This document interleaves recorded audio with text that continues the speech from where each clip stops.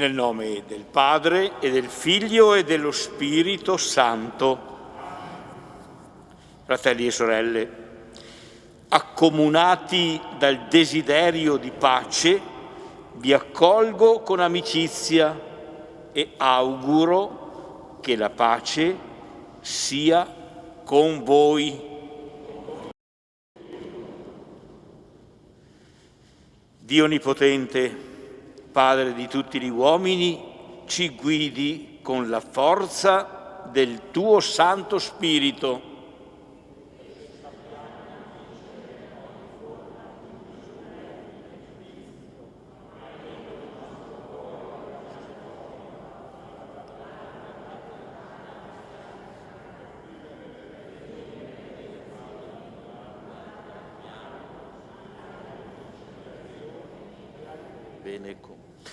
Dio buono e misericordioso, che si è preso cura del mondo e dell'intera umanità, inviando il suo Figlio unigenito, susciti in noi il coraggio e la libertà per impegnarci a intessere relazioni di pace, la pace che è dono di Dio. Dopo il saluto del Vescovo, il saluto liturgico, il saluto è a tutti voi, a nome dell'Ufficio Diocesano per la Pastorale Sociale, Ufficio Missionario, Caritas e Azione Cattolica che organizzano questa veglia di preghiera. E ci sentiamo anche in comunione con le chiese, le diocesi del Triveneto. Questa veglia di preghiera infatti è inserita nel contesto delle celebrazioni Passi di Pace che avverranno durante tutto questo mese di gennaio dedicato alla pace. È una preghiera quindi che esprimiamo non soltanto a titolo personale, ma a titolo della nostra diocesi insieme col Vescovo e a titolo delle chiese del Triveneto, facendoci interpreti di tutta l'umanità. Quest'anno ci siamo ispirati al tema dell'anno pastorale della nostra diocesi, camminare insieme, ognuno con il suo dono. E perciò abbiamo pensato di realizzare una veglia anche in movimento, come faremo nella parte finale.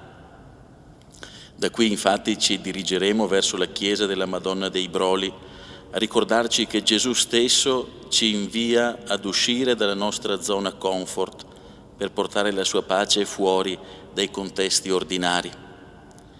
La pace è frutto di un cammino interiore che si vive nelle relazioni e per sua natura va edificata. Come edificare oggi una pace duratura? Nel suo messaggio Papa Francesco individua 3 contesti estremamente attuali su cui riflettere e agire, da qui anche il titolo di questa veglia. Dialogo tra le generazioni, educazione, lavoro, strumenti per edificare una pace duratura. Partendo da questi 3 contesti ci chiediamo perciò come possiamo, attraverso l'istruzione e l'educazione, costruire una pace che sia duratura e se il lavoro nel mondo risponda di più o di meno alle vitali necessità dell'essere umano, sulla sua giustizia e sulla sua libertà.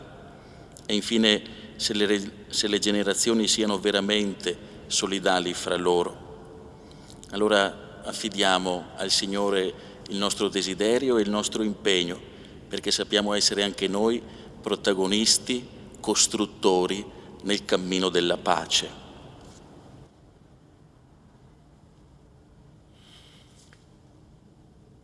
Preghiamo. O Dio, che estendi a ogni creatura la tua paterna sollecitudine, fa che tutti gli uomini che hanno da te un'unica origine formino l'unica famiglia unita nella concordia e nella pace. Per Cristo nostro Signore.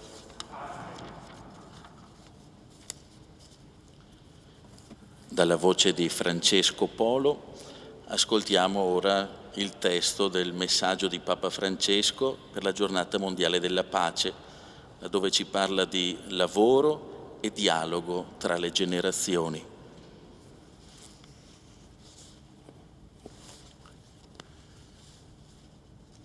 Mentre lo sviluppo tecnologico ed economico ha spesso diviso le generazioni, le crisi contemporanee rivelano l'urgenza della loro alleanza. Da un lato, i giovani hanno bisogno dell'esperienza esistenziale, sapienziale e spirituale degli anziani. Dall'altro, gli anziani necessitano del sostegno, dell'affetto, della creatività e del dinamismo dei giovani. Il lavoro è un fattore indispensabile per costruire e preservare la pace. Esso è espressione di sé e dei propri doni, ma anche impegno, fatica, collaborazione con altri, perché si lavora sempre con o per qualcuno. In questa prospettiva marcatamente sociale, il lavoro è il luogo dove impariamo a dare il nostro contributo per un mondo più vivibile e bello. Il lavoro è la base su cui costruire la giustizia e la solidarietà in ogni comunità. È più che mai urgente promuovere in tutto il mondo condizioni lavorative decenti e dignitose, orientare al bene comune e alla salvaguardia del creato. Occorre assicurare e sostenere la libertà delle iniziative imprenditoriali e nello stesso tempo far crescere una rinnovata responsabilità sociale, perché il profitto non sia l'unico criterio guida. In questa prospettiva vanno stimolate, accolte e sostenute le iniziative che, a tutti i livelli, sollecitano le imprese al rispetto dei diritti umani fondamentali di lavoratrici e lavoratori, sensibilizzando in tal senso non solo le istituzioni, ma anche i consumatori, la società civile e la realtà imprenditoriali. Queste ultime, quanto più sono consapevoli del ruolo sociale, tanto più diventano luoghi in cui si esercita la dignità umana, partecipando così a loro volta alla costruzione della pace.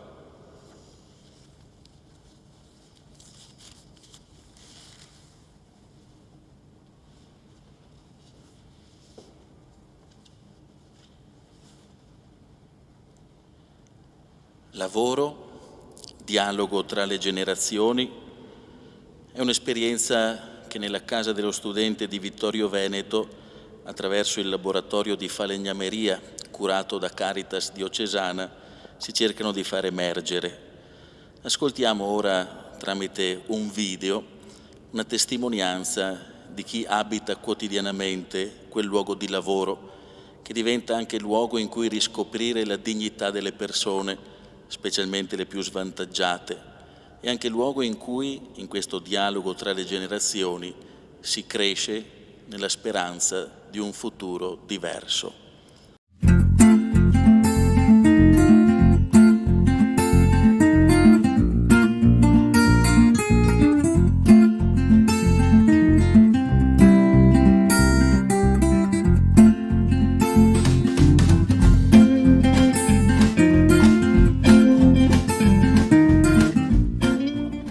Buongiorno, sono Alfredo Gagliardi, un volontario Caritas, e siamo qua nella falegnameria della Casa dello Studente di Vittorio Veneto. In questa falegnameria ci sono delle persone che collaborano e lavorano restaurando mobili e facendo dei piccoli lavori di falegnameria. Tra questi c'è Francesco, che adesso ci spiegherà come si trova in questo luogo.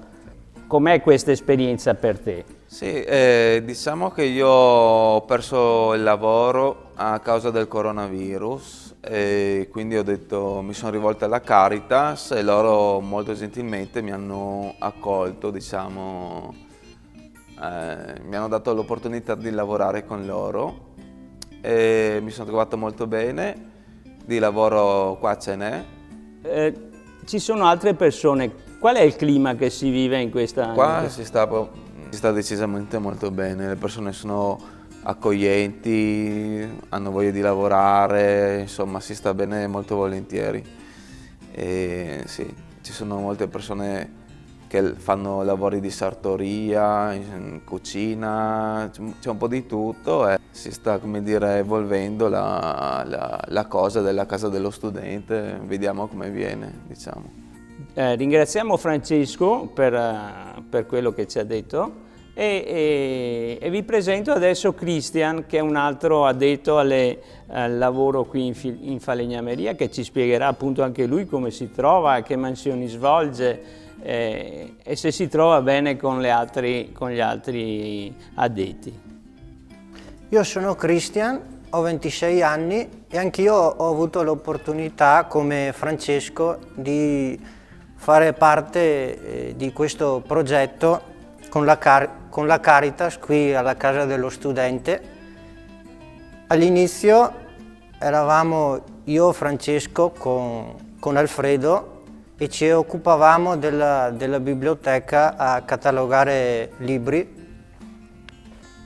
Cioè, è stata una bella esperienza anche perché prima d'ora non avevo mai fatto quel tipo di lavoro.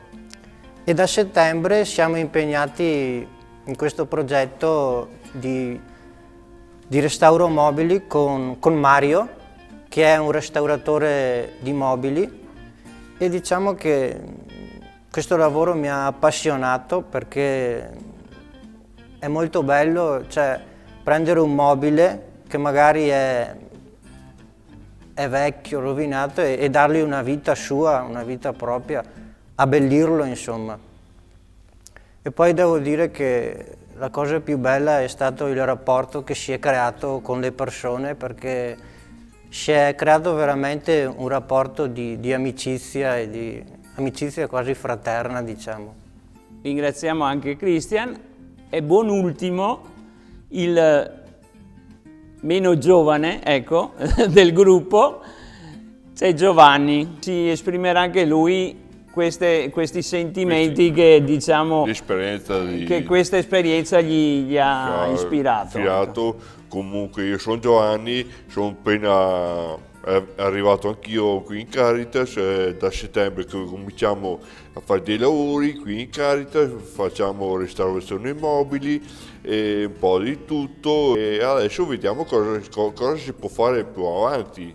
Ma cosa vuoi raccontarci, come ti trovi con noi? Beh, guardi, mi sono trovato bene con tutti quanti, non dico la prima esperienza, ma tutte cose nuove da imparare e si mette tutto quanto in pratica con i lavori.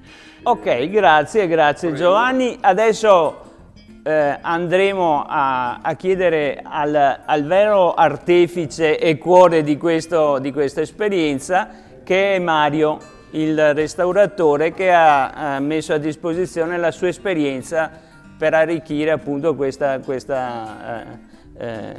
progetto.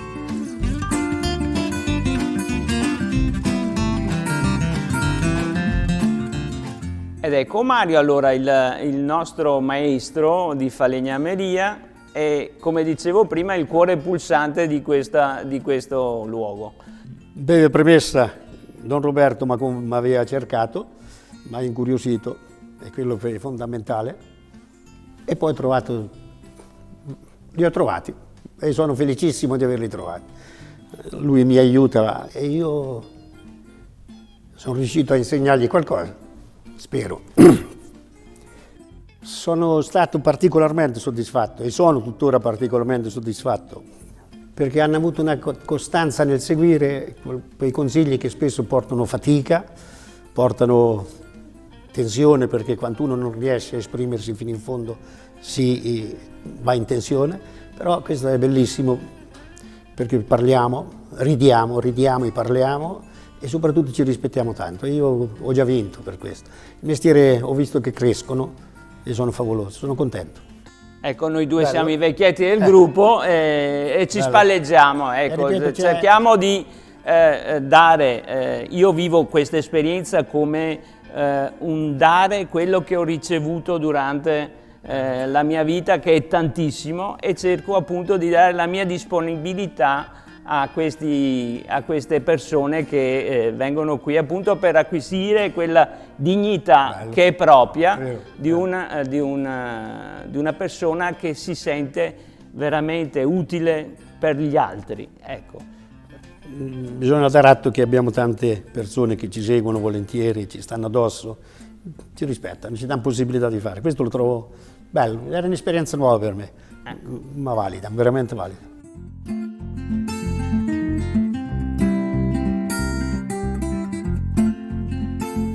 Adesso c'è la vice direttrice della Caritas, che è colei che mi ha stimolato a raggiungere questo progetto, e a lei vorrei chiedere appunto cosa rappresenta questo progetto nell'ambito della Caritas in questo territorio. Allora, la Casa del Studente è messa in un contesto territoriale significativo e importante, soprattutto perché nasce da una tradizione che accoglieva giovani. Penso che tutte le generazioni di Vittorio Veneto hanno potuto giocare in questi spazi, andare al cinema, viverla. Purtroppo poi non c'è stata più continuità per quanto riguarda questa missione legata al territorio e all'accoglienza dei giovani, e solo a seguito, circa dopo 10 anni, siamo riusciti come Caritas a restaurarla con pazienza e dedizione, ma la cosa è rendere pertanto gli spazi abitabili e usufruibili. E con una mission che richiama e ricalca la storia precedente, ma soprattutto con una vitalità e un'energia nuova, se posso dirlo.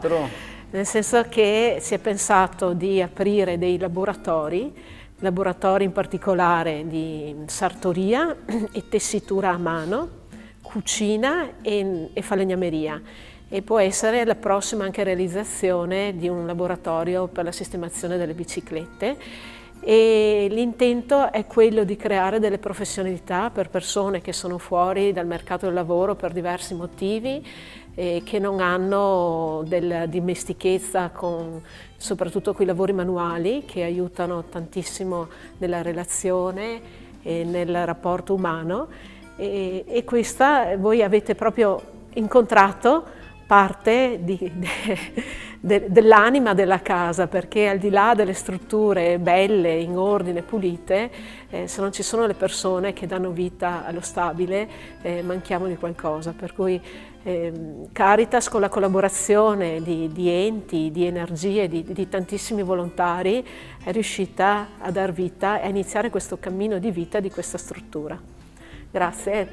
Grazie a te, Mara, che ci hai veramente stimolato a creare questa atmosfera così importante per appunto la crescita umana di tutti noi, insomma, ecco. Sì, io sono qui, ma sono in rappresentanza di tutti quelli che stanno dietro, per cui un susseguirsi di direttori che si sono impegnati in primis, ma di colleghi e come ripeto sempre, di volontari, che di per sé è la persona che fa la differenza, al di là di quante strutture noi possiamo costruire.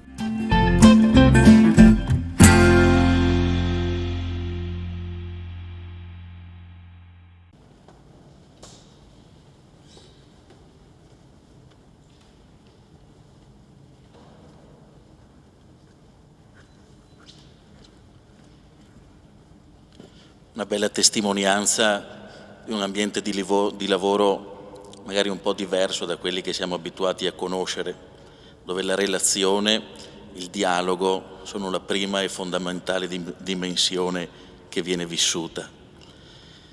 Allora diamo eco a quanto abbiamo ascoltato in questa testimonianza, lasciandoci provocare da alcune domande per mettere in gioco anche un po' la nostra vita rispetto a questo.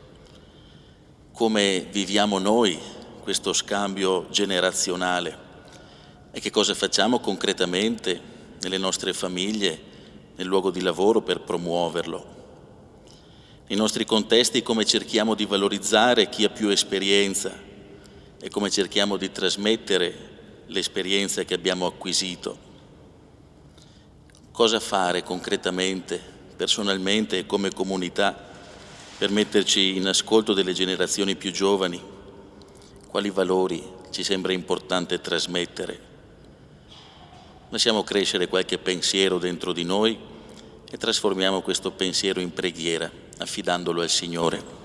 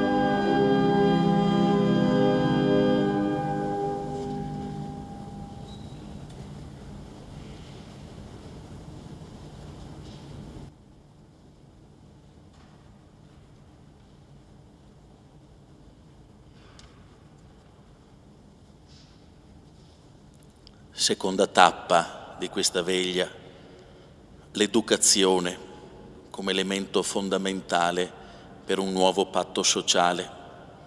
Ascoltiamo dalla voce di Federico uno stralcio del messaggio di Papa Francesco per la Giornata Mondiale per la Pace.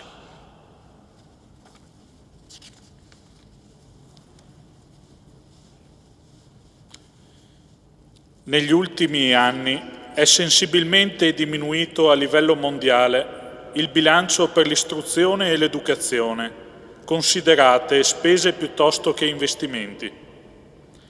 Eppure, esse costituiscono i vettori primari di uno sviluppo umano integrale. Rendono la persona più libera e responsabile e sono indispensabili per la difesa e la promozione della pace. Le spese militari, invece, sono aumentate e sembrano destinate a crescere in modo esorbitante. È dunque opportuno e urgente che quanti hanno responsabilità di governo elaborino politiche economiche che prevedano un'inversione del rapporto tra gli investimenti pubblici nell'educazione e i fondi destinati agli armamenti. Un Paese cresce quando dialogano in modo costruttivo le sue diverse ricchezze culturali. La cultura popolare, la cultura universitaria, la cultura giovanile, la cultura artistica e la cultura tecnologica, la cultura economica e la cultura della famiglia e la cultura dei media. È dunque necessario forgiare un nuovo paradigma culturale attraverso un patto educativo globale per e con le giovani generazioni, che impegni le famiglie, le comunità, le scuole, le università, le istituzioni, le religioni, i governanti, l'umanità intera nel formare persone mature.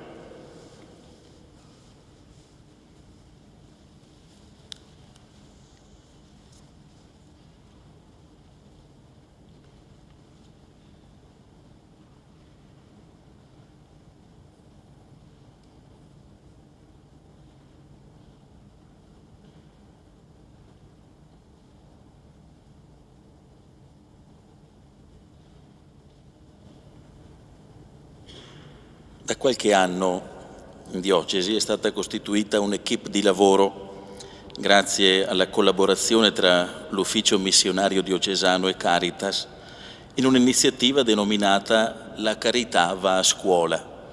Si tratta di una proposta educativa per alunni delle scuole primarie e secondarie di primo e secondo grado sui temi della giustizia, della mondialità, della pace, certi che in questo investimento sull'educazione possiamo puntare su una sensibilizzazione rispetto a quanto ci sta a cuore.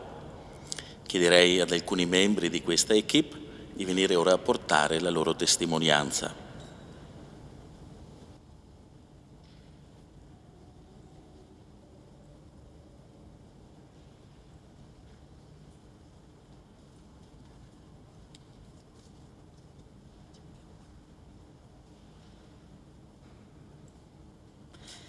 Buongiorno a tutti, eccomi qua, io sono Maria Grazia Salmaso, sicuramente qualcuno mi conosce, responsabile dell'ufficio missionario e insieme ad altre persone oggi sono portavoce di un gruppo di lavoro, l'equipe che lavora per questi laboratori che portiamo in quasi tutte le scuole della nostra diocesi. E di cosa si tratta? Sono laboratori, quindi delle attività che svolgiamo in classe sia nelle scuole primarie, che vuol dire elementari, sia nelle scuole medie che nelle scuole superiori. Il contenitore si chiama Educazione alla mondialità, ma dentro educare alla mondialità c'è fondamentalmente il desiderio di passare un messaggio profondo, che è quello di costruire la pace, costruire un mondo migliore, un mondo che possa essere vissuto e che sia vivibile in modo sereno per tutti noi.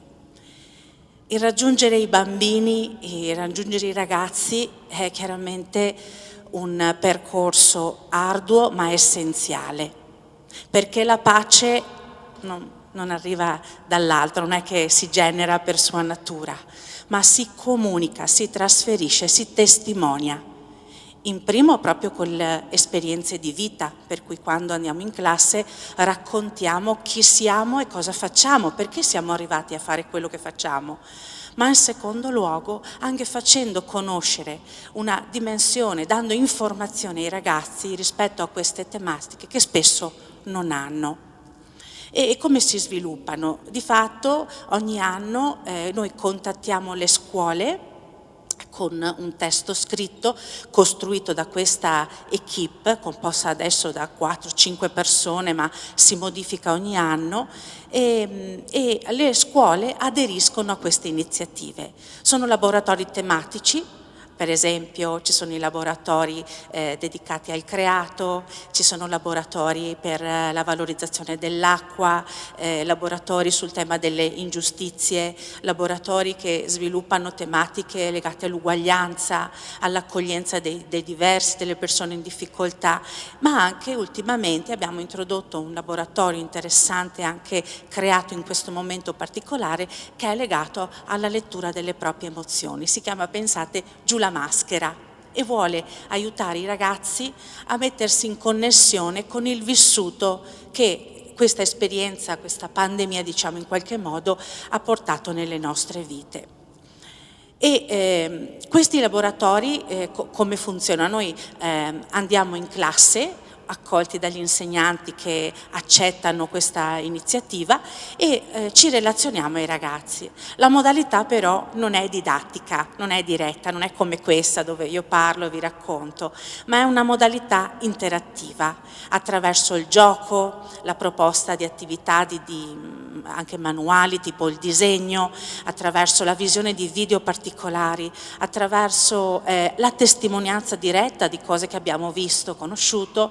Mettiamo in condizioni i ragazzi di fare un'esperienza. Quindi, come dire, promuoviamo un piccolo spazio di laboratorio di valori, un laboratorio di esperienza di valori di pace, di uguaglianza o di vita del creato, di amore per la madre terra. Questa esperienza che loro vivono, ci siamo accorti, lascia in loro un segno indelebile, un segno molto forte. È vero, noi siamo in classe magari per poche ore, ma spesso ci dicono ci ricordiamo di voi, sappiamo che siete venuti, ci avete parlato della bellezza della terra, ci avete parlato di che cosa vuol dire stare bene insieme, cosa vuol dire andare d'accordo tra di noi in classe. Quindi restano sicuramente sbalorditi di quello che noi raccontiamo. Ognuno con la propria sensibilità, perché ogni ragazzino ha una propria storia alle spalle, ha un proprio vissuto e si mette in gioco con quello che ha. Quello in cui crediamo comunque è che ognuno ha qualcosa da dare e soprattutto ognuno ha qualcosa da dire. Prima si parlava di patto educativo per i giovani, ma molte volte non ci si sofferma sulla seconda parola, che è quella con i giovani. Nei patti educativi con i più giovani, questi devono far parte del progetto, devono essere i primi a fare le proposte e noi cerchiamo di coinvolgerli raccogliendo il loro pensiero e portando una prospettiva diversa.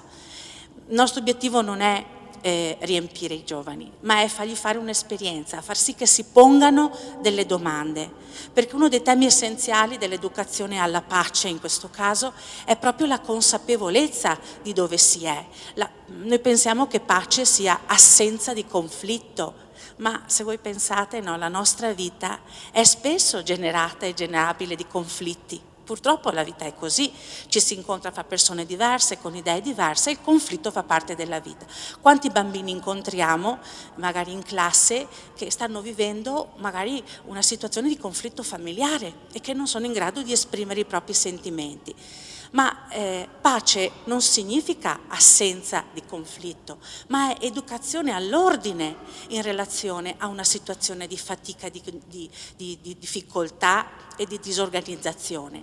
E l'ultima cosa, e poi passo la parola a Marco che è qui con me, è che la pace è pluriversa, cioè parte da un atteggiamento interiore. E questo lo vediamo con i ragazzi, tant'è che tanti laboratori si concentrano proprio sul desiderio di far fare ai ragazzi un'esperienza personale con se stessi, di conoscersi, di capire quali sono le loro potenzialità. Però è anche una esperienza di relazione, perché si sviluppa e cresce nella relazione con l'altro. E non solo, è mondiale, quindi nel mio processo di crescita deve tener conto anche della dimensione globale, perché noi oggi siamo sempre più inseriti in un contesto che noi chiamiamo glocale, il locale in una visione globale, e questo è il messaggio che portiamo ai ragazzi. Qui con me c'è Marco Pagotto, è uno dei tanti giovani che partecipa a queste iniziative, fa parte di quel gruppo di ragazzi più o meno giovani, comunque generalmente molto giovani, che stanno svolgendo l'anno di volontariato sociale. La bellezza di questo laboratorio, che non è che posso farlo o devo farlo per forza io, ma siamo in grado di formare giovani perché loro stessi possano parlare ad altri giovani, e questa è una formula eccezionale, perché tra loro i giovani comunicano meglio che se non con noi adulti, hanno un linguaggio diverso, c'è una sintonia diversa, e quindi lascio a lui la parola perché ci racconti qual è stata un po' la sua esperienza all'interno di questo, qualche così piccolo episodio. Salve, piacere Marco. Sì, io 2 anni fa ho avuto il privilegio, diciamo, di fare un anno cosiddetto di servizio civile, in Caritas lo chiamano anno di volontariato sociale, e ho colto la possibilità per 2 o 3 mesi di svolgere questi laboratori formativi, 2 o 3 mesi perché dopo, ahimè, e a noi è arrivato il Covid. Comunque ho avuto la possibilità veramente per questo breve periodo la bellezza di questi laboratori è toccare con mano e sperimentare i giovani, cioè proprio capire un po' come crescono queste nuove generazioni. Dico queste nuove generazioni perché io ho 29 anni, quindi comunque c'è una decina di anni di differenza tra me e quelli delle superiori e ben di più con quelli elementari e medie. E mi ha colpito il fatto che, avendo vissuto da poco l'esperienza della scuola, come sia importante avere per questi ragazzi del tempo che vada al di fuori del contesto scolastico, perché al di fuori, diciamo, di quella istituzione, che di fatto comunque è l'istituzione che è la scuola, c'è la possibilità per l'allievo, ma mi ricordo anch'io in primis, di, diciamo, essere più libero anche di far uscire la propria anima, la propria genuinità, le proprie debolezze e trovare anche le proprie forze. Quindi in primis in questi laboratori si scoprono proprio queste cose qua, cioè l'individuo, il bambino, il ragazzo esce con tutta la sua esuberanza anche, e questo soprattutto nelle superiori, magari elementari è più facile che sia così. E quindi in questo modo si può scoprire l'individuo, il ragazzo si scopre, perché è solo in questo modo qua che viene a scoprire se stesso, e scoprendo se stessi alla fine si trova la pace, c'è poco da fare, cioè trovandosi si può anche trovare la pace, se no non si va da nessuna parte. E sono state tante belle esperienze e niente, l'augurio è quello che questi laboratori continuino sempre, diciamo, nonostante il Covid, o per maniera diretta o in maniera telematica, online, che continuino e dico io a tutto motore, perché c'è un'esigenza veramente, e questo secondo me non lo capiamo bene, per i ragazzi questa cosa qua, cioè non è che lo faccia la Caritas o l'ufficio missionario così tanto per fare, è un'esigenza in primis dei ragazzi per trovare appunto questa valvola di sfogo che nella fase educativa secondo me la scuola c'è, ma c'è soprattutto come fase di istruzione. La fase educativa ha bisogno anche di altre sfere e di altri canali. Comunque dai, buona continuazione di preghiera e grazie dell'ascolto.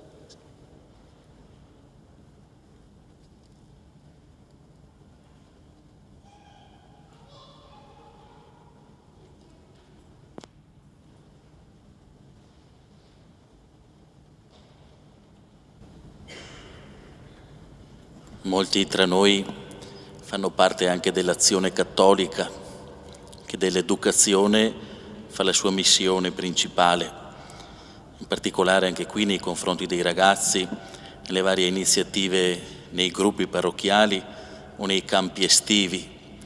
Tutti allora, al di là delle nostre appartenenze singolari, ci sentiamo coinvolti dentro questo tema. Proviamo a dare eco a quanto ascoltato, lasciando riverberare nella nostra vita, nelle nostre esperienze, nei nostri ambiti di impegno, queste domande. Quali sono state per me le migliori esperienze in cui mi sono sentito educato alla pace e in che modo anch'io, nel mio impegno, nel mio servizio, posso essere educatore alla pace di me stesso e degli altri, soprattutto quando mi viene chiesto un servizio educativo.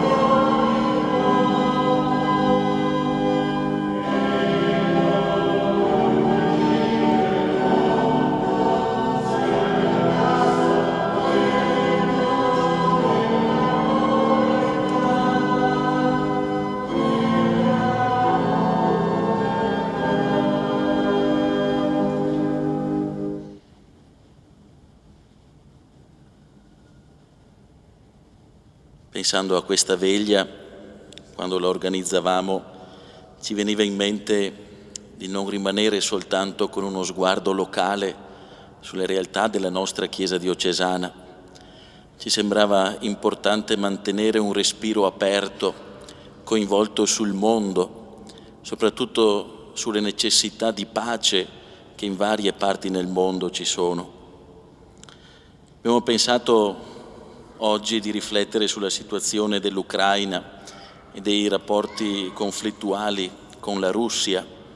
Ancora anche qui in Europa ci sono situazioni di tensione che invocano pace.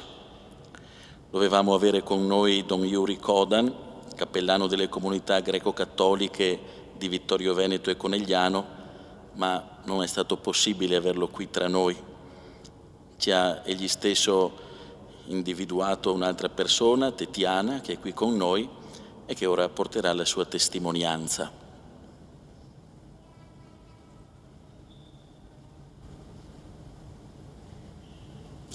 Buon pomeriggio a tutti, mi chiamo Tetiana Zdeniak, abito qua a Conegliano ormai da tanti anni, da 20 anni che abito in Italia, sono sposata, ho 2 meravigliosi figli di 15 e 10 anni e sono qua oggi di portare la mia piccola testimonianza della vita, della storia del mio paese. Chiedo scusa perché non sono molto abituata a parlare al pubblico, perciò sono un po' emozionata. La prima cosa che vorrei sottolineare è che l'Ucraina oggi vive una situazione abbastanza difficile che a livello economico, anche a livello confine di guerra con la Russia. Per spiegare meglio devo tornare un po' indietro negli anni 2013, quando il presidente attuale di quel tempo era Viktor Yanukovych rifiutò di firmare un accordo con l'Unione Europea, perché il popolo ucraino teneva molto di cambiamenti, aveva bisogno di cambiamento, il suo cambiamento proprio globale vedeva di cambiare la rotta, andare in una direzione diversa, distaccarsi un po' dai paesi che facevano parte di ex Unione Sovietica. Questo rifiuto portò delle proteste pacifiche che partite subito nel tutto il paese. Erano i giovani prima di tutto, i giovani studenti, medici, insegnanti, tutti che proprio speravano un cambiamento. Cosa succede? Dopo qualche giorno di protesta, 10 giorni, proteste sempre pacifici, perché la gente si incontravano in piazza, non urlavano neanche, non protestavano, non avevano slogan, ma parlavano tra di loro. Parlavano delle sue idee, delle cose che avevano nel cuore e del futuro che vedevano. Invece cosa succede? È che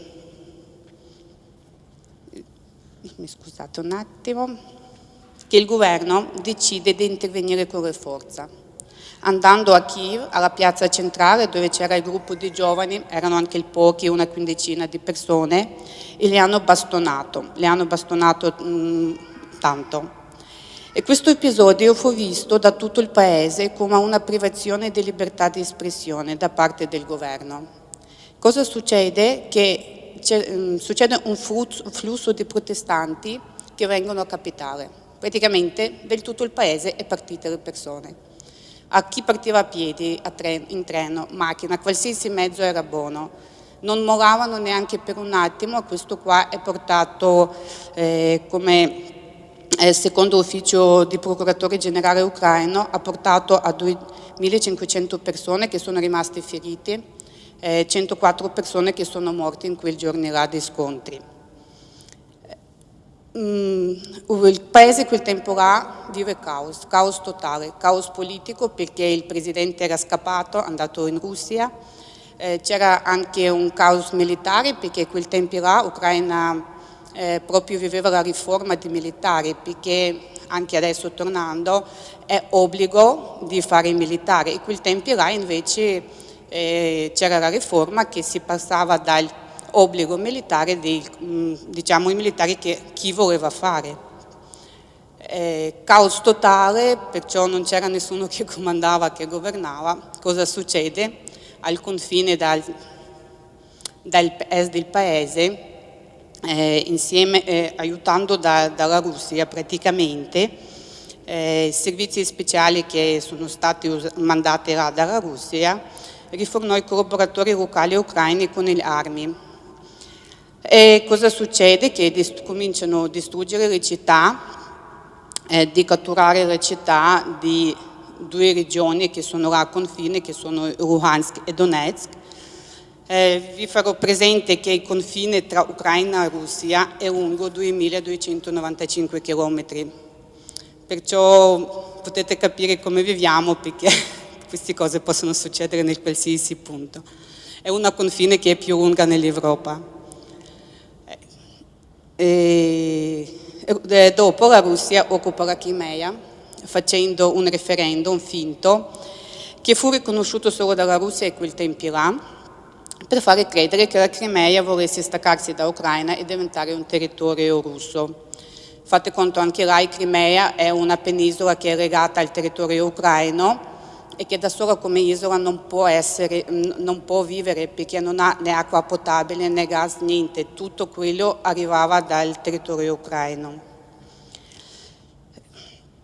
E però la Crimea, in Crimea c'erano sempre presenti forze militari russi, perché affittavano il territorio per avere i suoi navi là, perciò era molto vasta la sua presenza in Crimea. E Crimea è anche una penisola strategica perché va bagnata dai due mari, che a livello, diciamo, di militare è molto strategico come il posto. In questi 8 anni di guerra che stiamo vivendo pienamente, l'Ucraina è riuscita a mantenere la linea di confine, in senso che non sono spostate per niente, però le forze controllate dalla Russia hanno sempre bombardato le truppe in territorio ucraino, perciò i bombardamenti ci sono tutti i giorni. I militari ucraini che difendono il suo territorio, perché la posizione di Ucraina è difendere il suo territorio, sono sempre presenti là, sono sempre bombardati, però non attaccano mai. Si sparano, vanno solo in difesa.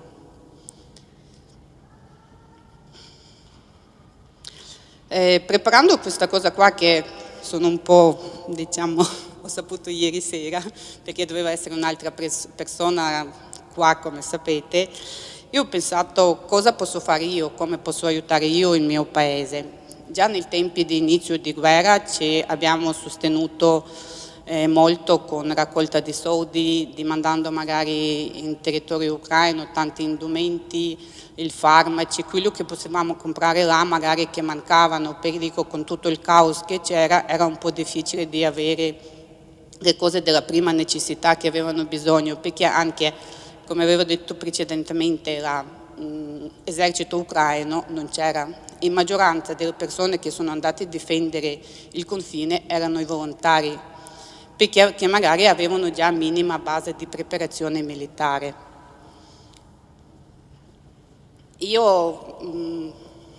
Noi qua, perché abbiamo anche, siamo tanti, e abbiamo cercato sempre di aiutare il paese e di stare dietro proprio, però dopo magari cambiando, anche avendo un altro presidente, la situazione è un po' cambiata, i militari sono, diciamo, l'esercito è un po' cresciuto, si è rinforzato tanto, perciò noi adesso non interveniamo più. E torno indietro, quando preparavo questa cosa qua, pensavo cosa posso fare io personalmente, come vivo io questa cosa qua. E mi è venuto in mente che io cosa posso fare? Posso raccontarvi i fatti, in senso, ai miei amici, le persone che ho conosciuto qua, di italiani, di altri paesi, di raccontare la nostra esperienza, ma non vissuta dal TV, perché quello che dicono in TV, radio, che scrivono i giornali, sono le cose abbastanza generali e non è che sempre corrispondono a realtà di fatti. E invece magari, avendo possibilità anche di andare a casa, di sostenere le famiglie che hanno perso il papà, perché ci sono tanti morti, tipo nell'aprile del 2014, che è quanto era proprio il momento di scontri più grandi, ci sono stati sui fatti ufficiali, diciamo, sono 17.000 morti e tanti dispersi, però secondo me i numeri sono molto, molto più alti. E io andando a casa, perché per dirti, ho anche mio cugino che a quel tempo là ha compiuto 18 anni e aveva deciso di andare a difendere il suo paese. Lui è andato a fare il militare e dopo è entrato, ha fatto anche il contratto con l'esercito per difendere il paese. È una persona che non racconta niente, però quando guardi nei suoi occhi ci percepisci proprio la tristezza, le difficoltà, i momenti che hanno vissuto là, perché non racconta mai niente, mai, però proprio vedi che è triste. O magari ha avuto anche esperienza con le persone che abitano proprio in quella zona là. Ero amica siamo amici di una persona che chiamato a casa nel momento, parlava con sua nipote durante la giornata e ha sentito un rumore forte e erano al telefono e dice: dimmi tu cosa sta succedendo. E dice: guarda, io ero in terrazza fuori, sono appena entrata nell'altra camera, caduta la bomba, il mio mezzo appartamento non c'è più. Sono rimasta viva soltanto perché si è spostata in un'altra camera. E ci sono tante di queste testimonianze qua di persone che veramente dovevano abbandonare le loro case, che dovevano spostarsi e andare a vivere da altra parte. E mi è venuto in mente anche un altro fatto che all'inizio, ma magari anche il sentimento mio, ma avevo percepito quel sentimento di odio. E il di odio, il popolo verso il popolo, che alla fine quando hanno capito che la cosa è soltanto politica, è un conflitto di territorio, di politica, di potenze. Cosa succede adesso? Ma ci sono anche magari tanti programmi in TV, ma avevo letto le esperienze delle mamme, specialmente dei genitori, che durante questa guerra qua hanno perso i loro figli, perché l'esercito era costruito in maggioranza dai giovani, dai 18 anni, 20 anni, 30 anni, non importa.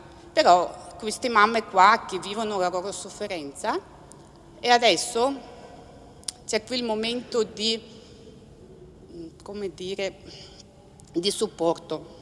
Quando hanno capito che la guerra è perché i canali, nel senso, io nel mio piccolo ho tanti parenti che vivono in Russia. Nel momento quando è iniziato il conflitto nessuno aveva nessun contatto con noi, hanno spento il telefono e non rispondevano, ma era giusto anche per capirsi di avere un confronto tra di noi.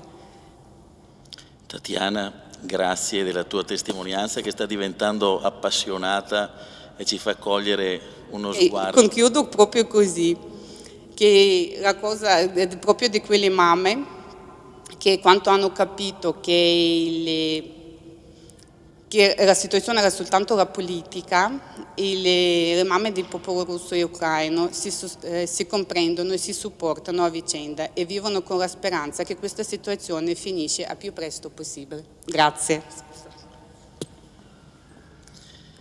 Anche noi ci uniamo a questa speranza che ogni conflitto, anche quelli che abbiamo da vicino e che non conosciamo forse perché non sono abbastanza sotto i riflettori dei media, qualsiasi situazione di conflitto, soprattutto nei popoli poveri, soprattutto in quelle parti del mondo che nessuno mai guarda, possano giungere alla loro conclusione.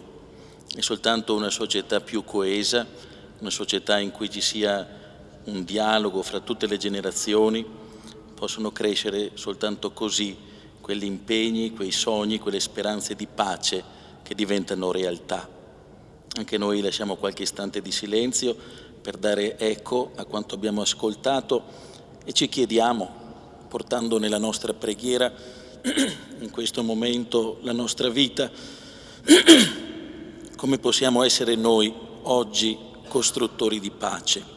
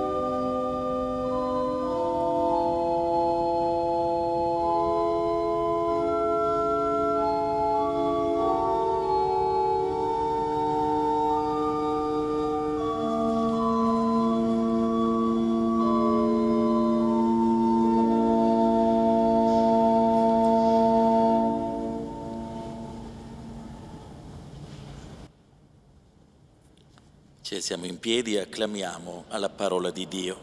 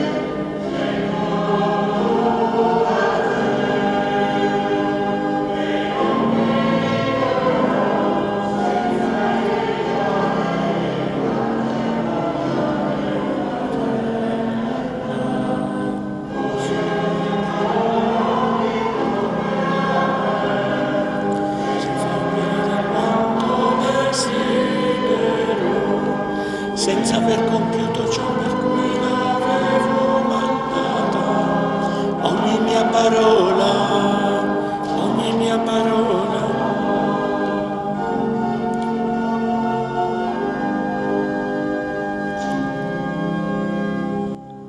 Il Signore sia con voi. Col tuo spirito.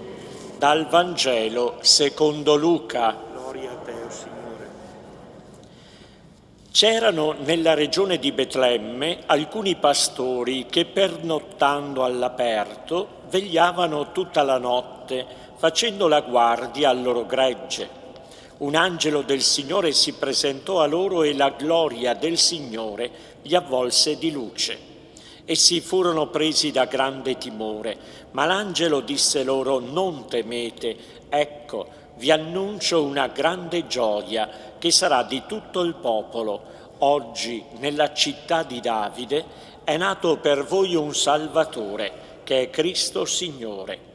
Questo per voi il segno: troverete un bambino avvolto in fasce, adagiato in una mangiatoia. E subito apparve con l'angelo una moltitudine dell'esercito celeste che lodava Dio e diceva: gloria a Dio nel più alto dei cieli e sulla terra pace agli uomini che Egli ama.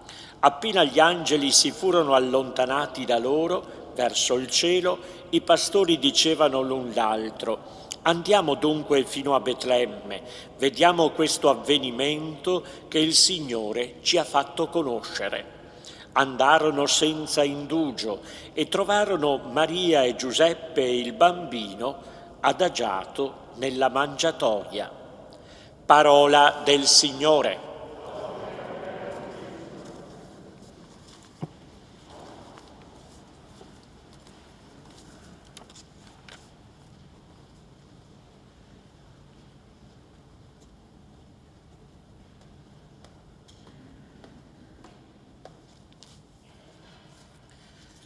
Il messaggio del Papa per la giornata mondiale della pace di quest'anno individua, come abbiamo ascoltato all'inizio, 3 ambiti che favoriscono, che propiziano la pace: il dialogo fra le generazioni, la promozione del lavoro,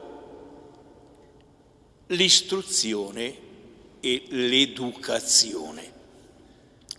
A proposito di quest'ultimo, il titolo del capitoletto che il Papa vi dedica è questo: l'istruzione e l'educazione come motori della pace. Motori, realtà cioè che provocano e sostengono il movimento, motori da muovere. E siccome questa è una veglia di movimento, così l'ha presentata Don Andrea all'inizio, ho puntato la mia attenzione su questo aspetto, come ci viene presentato dalla lettura del Vangelo che abbiamo appena ascoltato.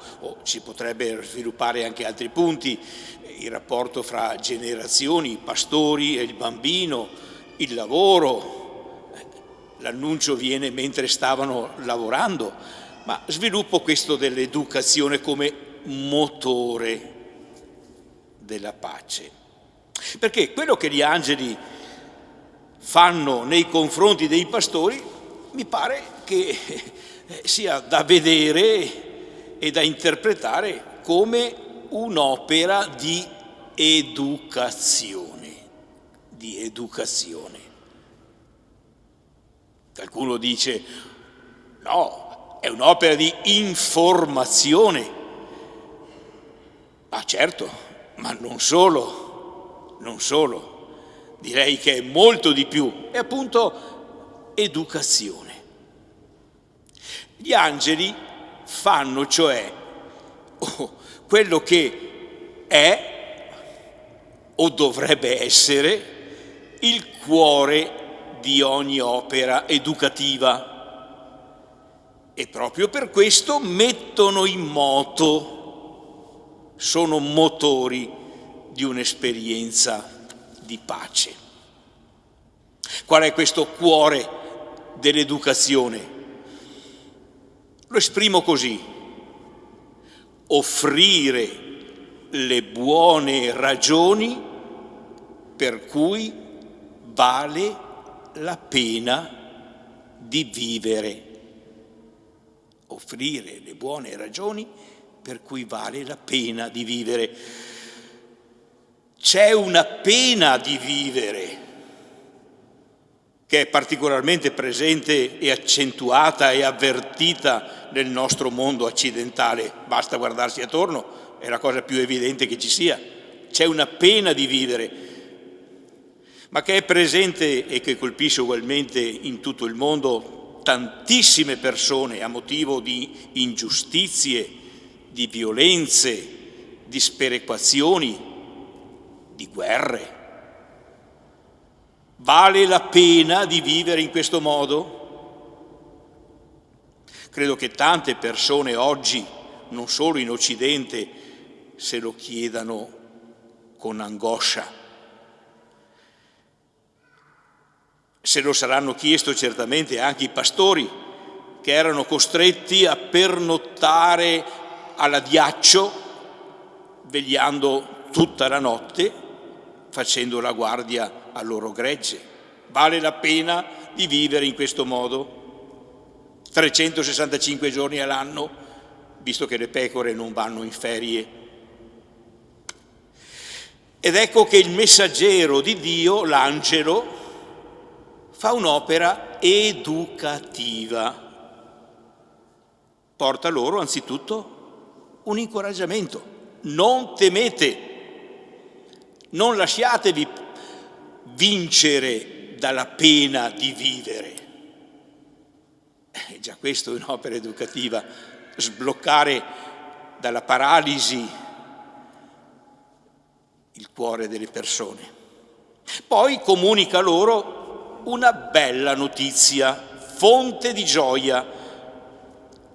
Annuncia loro un evento e insieme offre loro un'interpretazione.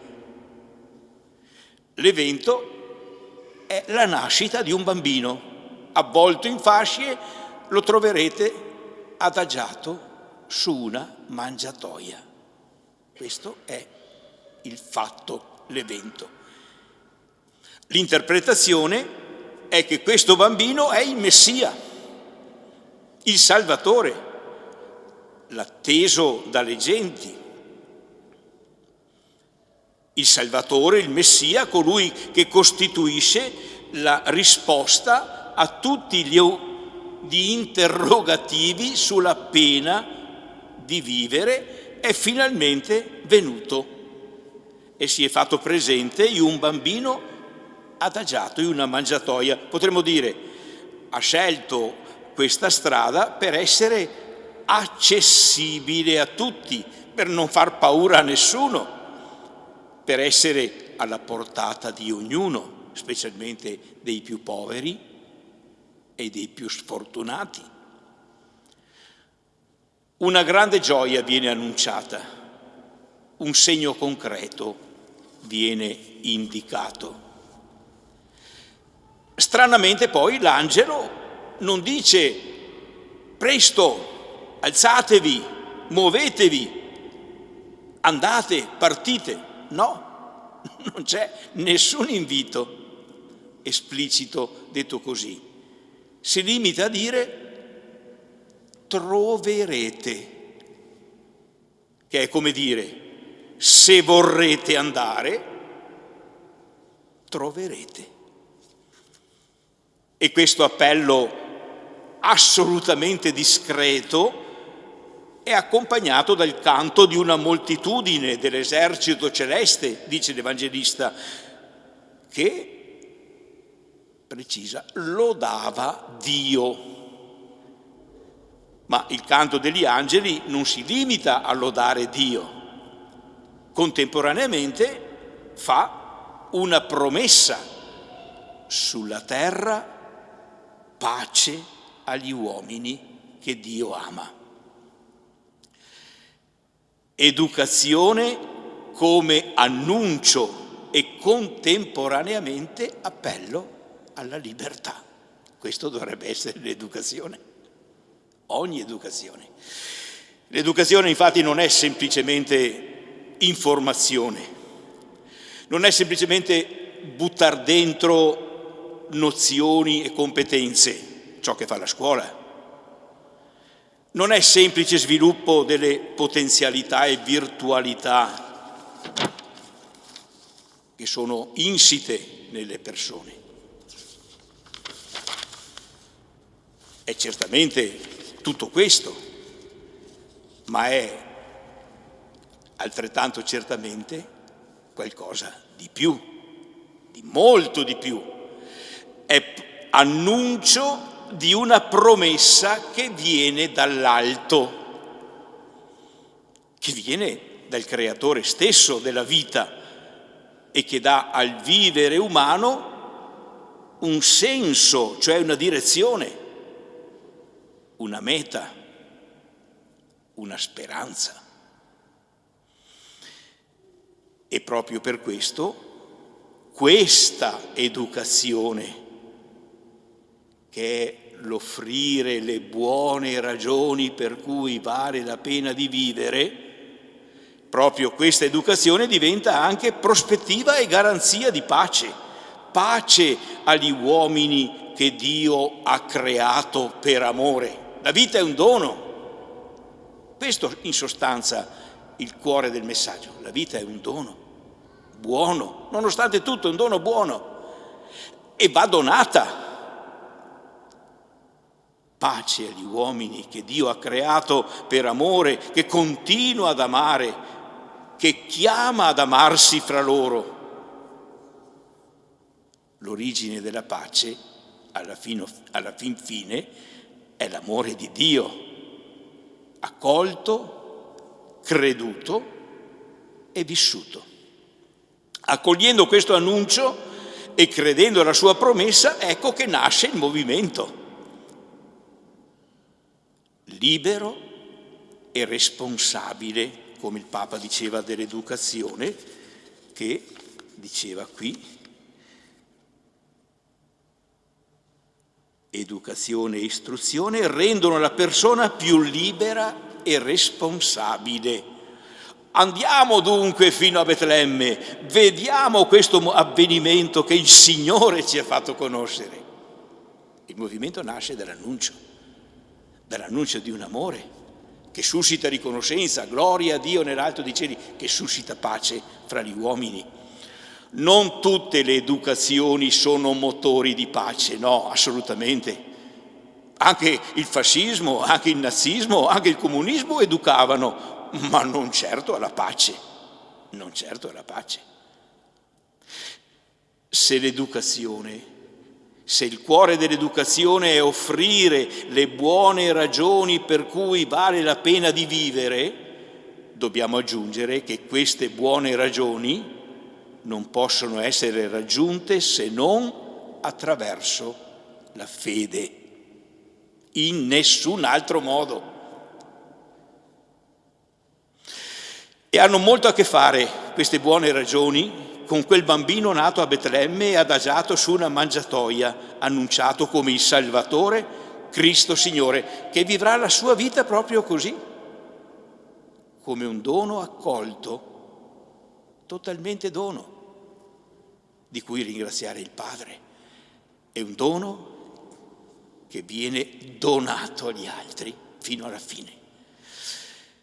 Proprio per questo noi cristiani, che siamo seguaci di quel bambino adagiato in una mangiatoia, che ha fatto della sua vita un dono accolto, ricevuto e donato, abbiamo un dono e un compito assolutamente unici e singolari: essere educatori di pace con la nostra vita, col nostro esempio, con la nostra testimonianza.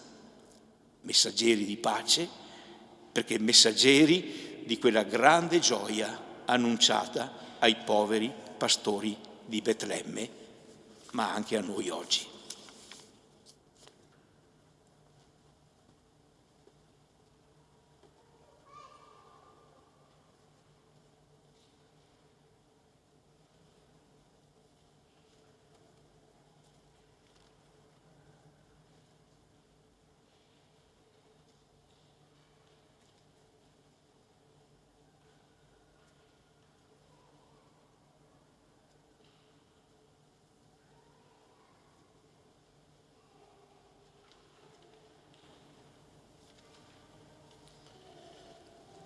Anche noi abbiamo ascoltato una parola, la parola di Dio, che come nell'annuncio dell'angelo ci dà una buona notizia, ci offre una speranza. Abbiamo ascoltato le parole del Vescovo, le parole delle testimonianze. Sono parole che ci educano, ci guidano fuori da noi, dalle nostre comodità. Fanno venire fuori la nostra capacità di spenderci per costruire quei legami di bellezza, di amore e di pace che Dio dona e promette. Lo vogliamo esprimere con un gesto, il gesto del camminare insieme. Tra qualche istante lasceremo questa chiesa e ci recheremo all'esterno verso la chiesa della Madonna dei Broli. Durante la Grande Guerra fu un luogo di prigionia. Dentro poi potrete vedere anche le testimonianze scritte di coloro che erano lì prigionieri, aspettando tempi migliori e un'attesa libertà. Oggi è divenuto un luogo di preghiera per la pace. Nei pressi di quella chiesa è stata collocata la campana della pace, di cui ascolteremo i rintocchi. Ci guiderà nel cammino il Vescovo, che starà davanti, e tutti insieme dietro a lui cammineremo in modo sinodale, sentendoci comunità guidata dal nostro pastore in cammino per uscire dal nostro egoismo e costruire insieme una società più unita, fraterna, una pace che metta a frutto il dono di quella pace che è di Dio. E tutto questo lo facciamo affidando a Maria, Regina della Pace, la nostra preghiera. Durante il cammino ci accompagneranno i canti che potrete trovare nel libretto a partire da pagina 11. Ci mettiamo dunque in cammino.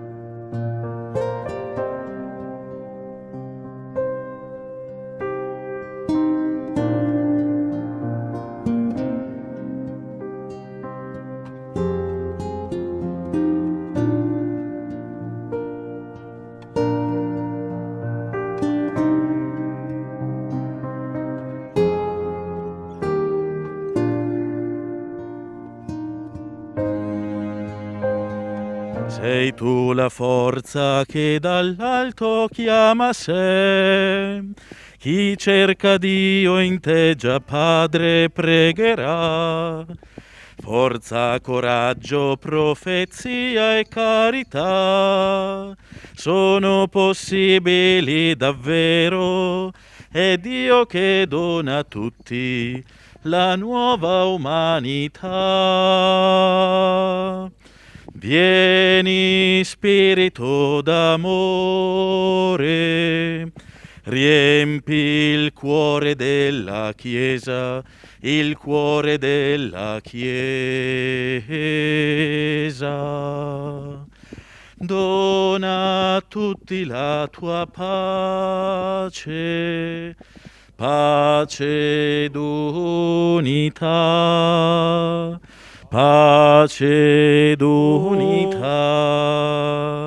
Dio ha tanto amato il mondo che ha mandato a noi il figlio nato per amore da Maria.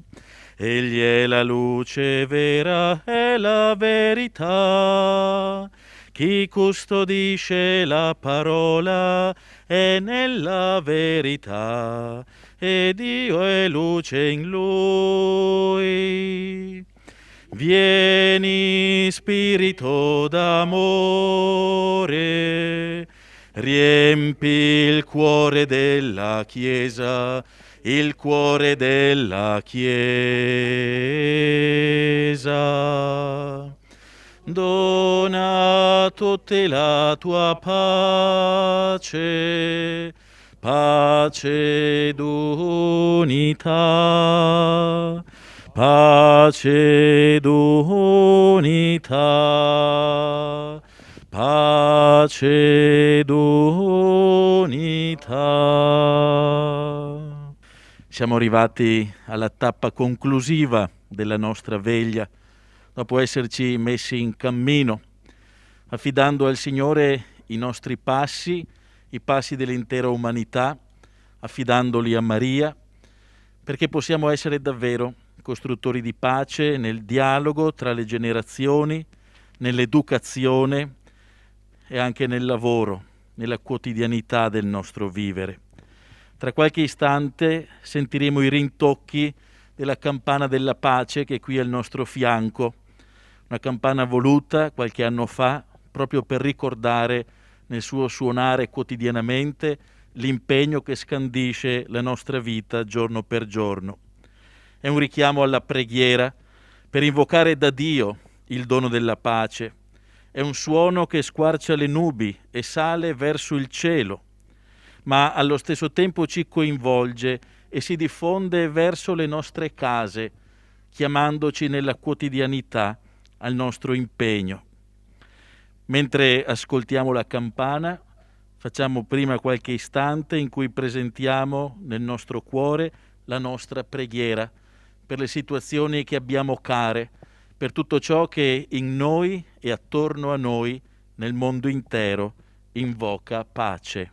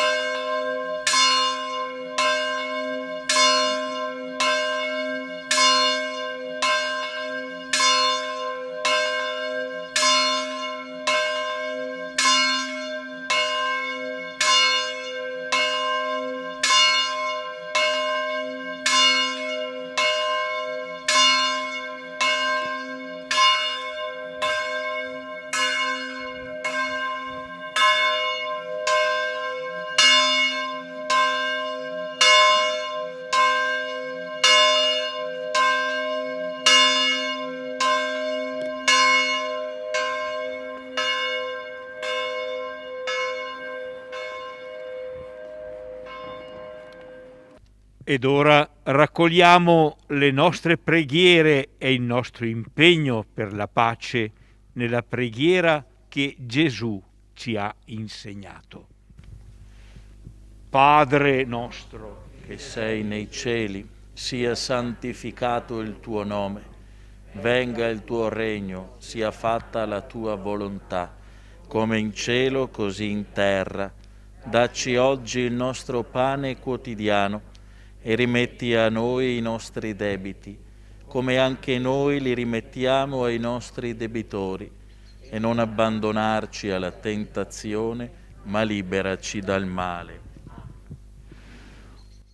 Dio della pace, non ti può comprendere chi semina la discordia, non ti può accogliere chi ama la violenza. Dona a chi edifica la pace di perseverare nel suo proposito e a chi la ostacola di essere sanato dall'odio che lo tormenta, perché tutti si ritrovino in te che sei la vera pace. Per il nostro Signore Gesù Cristo, tuo Figlio, che è Dio e vive e regna con te, nell'unità dello Spirito Santo, per tutti i secoli dei secoli. Prima della benedizione, un ringraziamento in particolare a Don Brunone e un grazie a quanti hanno collaborato nella realizzazione di questa veglia. Sentiamoci anche, lo ripeto, l'ho detto all'inizio, lo ricordo, in collegamento con le diocesi del Triveneto nelle iniziative Passi di Pace che ci accompagnano in questo mese. La veglia che oggi abbiamo vissuto sarà trasmessa questa sera anche attraverso i social della Tenda TV. Invochiamo ora, per le mani del Vescovo, la benedizione del Signore. Il Signore sia con voi. E con il tuo spirito. Il Signore sia accanto a voi per proteggervi, sia dinanzi a voi per guidarvi. Amen. Sia dietro di voi per difendervi, rivolga su di voi il suo sguardo e vi doni la pace. Amen. E la benedizione di Dio Onnipotente, Padre e Figlio e Spirito Santo discenda su di voi e con voi rimanga sempre. Amen. E nel nome del Signore andate in pace. Rendiamo grazie a Dio.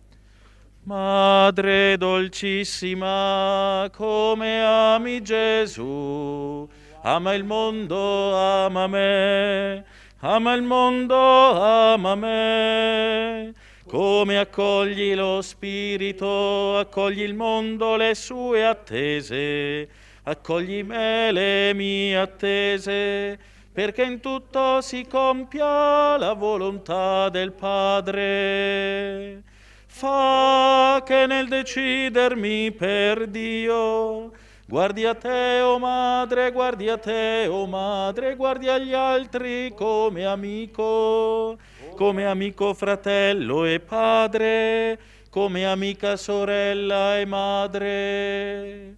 Fa che nel decidermi per Dio guardi a te, o Madre, guardi a te, o Madre, guardi agli altri come amico, fratello e padre, come amica sorella e madre.